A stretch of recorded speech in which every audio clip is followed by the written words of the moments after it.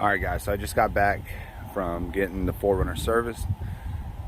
Just over 2,200 miles, and unfortunately I had to get an alignment, a tire rotation and balance, and then I got an oil change. And I'll tell you why I got all three of these things. So first of all, I'll show you the service record.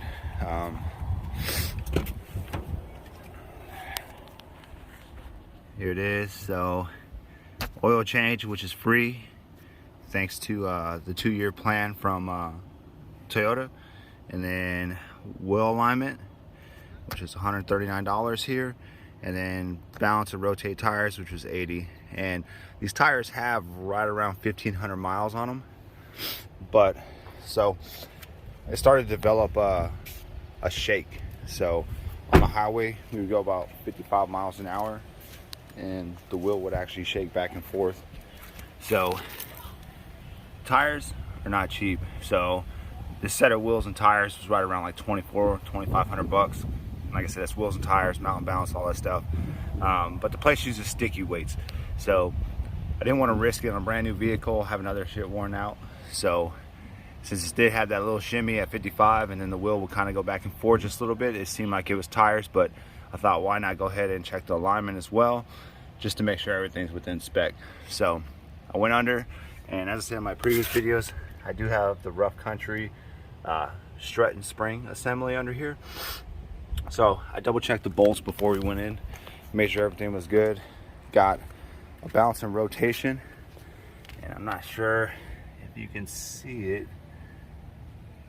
Let's see, yeah, there's some of them, the sticky weights right there.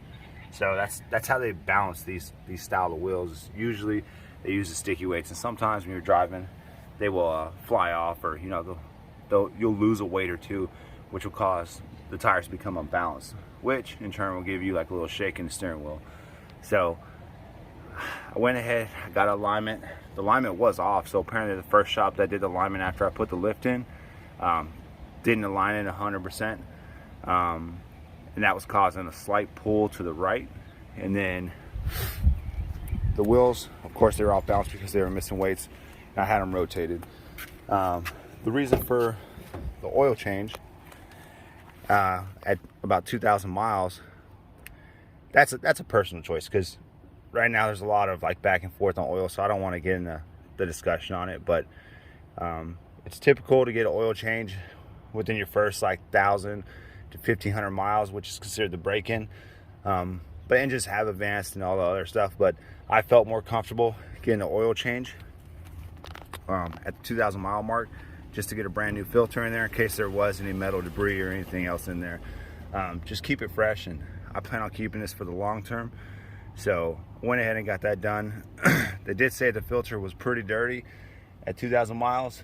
I didn't physically see it, so I'll just go with their word. So I do feel better about getting an oil change about 2,000 miles, and then from here, yeah, everything will be at 5,000 miles. But like I said, not bad.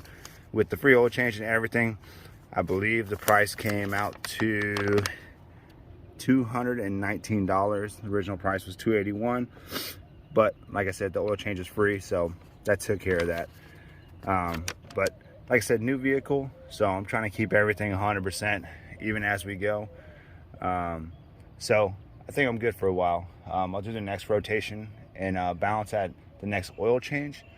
But as far as how it's performing with the shocks and struts and the lift kit, I do like it.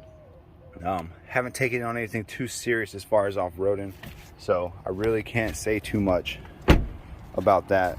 One thing I do like is that the front shocks that are factory are very, very soft, so they create a natural dip in the front when you're braking. These don't let it dip as hard, so you don't have that front end that's just bowing down every time you brake.